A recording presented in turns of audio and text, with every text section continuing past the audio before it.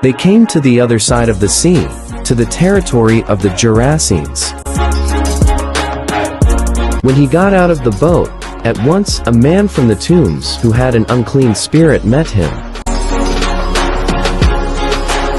The man had been dwelling among the tombs, and no one could restrain him any longer, even with the chain. In fact, he had frequently been bound with shackles and chains, but the chains had been pulled apart by him and the shackles smashed, and no one was strong enough to subdue him.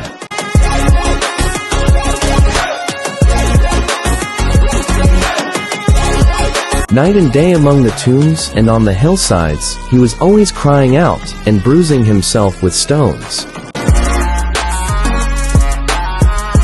Catching sight of Jesus from a distance, he ran up and prostrated himself before him,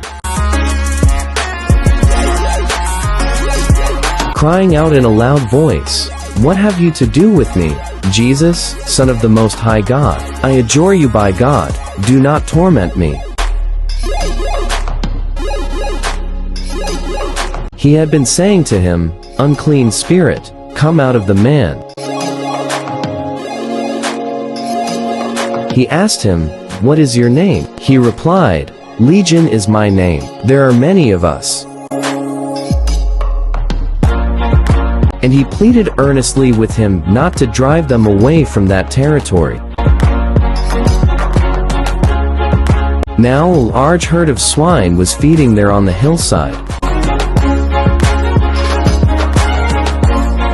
And they pleaded with him, "Send us into the swine, let us enter them." And he let them, and the unclean spirits came out and entered the swine. The herd of about 2,000 rushed down a steep bank into the sea, where they were drowned. The swineherds ran away and reported the incident in the town and throughout the countryside, and people came out to see what had happened.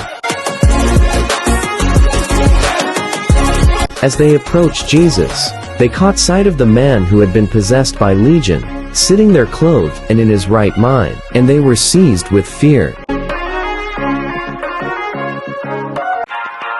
Those who witnessed the incident explained to them what had happened to the possessed man and to the swine. Then they began to beg him to leave their district. As he was getting into the boat, the man who had been possessed pleaded to remain with him. But he would not permit him, but told him instead, "Go home to your family and announce to them all that the Lord in his pity has done for you." Then the man went off and began to proclaim in the Decapolis what Jesus had done for him, and all were amazed.